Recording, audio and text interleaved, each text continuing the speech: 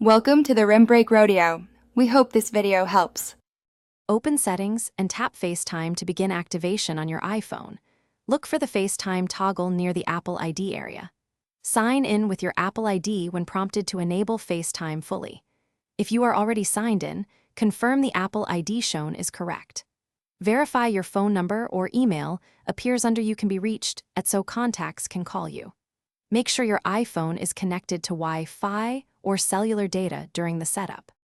Toggle FaceTime on and confirm Apple ID sign in to activate the service. Wait for the activation message that reads FaceTime activated or similar. Choose to be reached at your phone number or email in the You Can Be Reached at list. Tap Add another email if you want a second address for calls. Optionally enable calls from iPhone and Wi-Fi calling to receive FaceTime calls across devices. Open the FaceTime app and tap the plus button to start a new call or conversation. Enter a contact name, phone number, or email in the field to select the recipient. Choose video to start a video call or audio to place a FaceTime audio call. Tap the green call button to initiate the connection and wait for the other person to accept. Use the mute, flip camera, and speaker buttons during the call to adjust settings.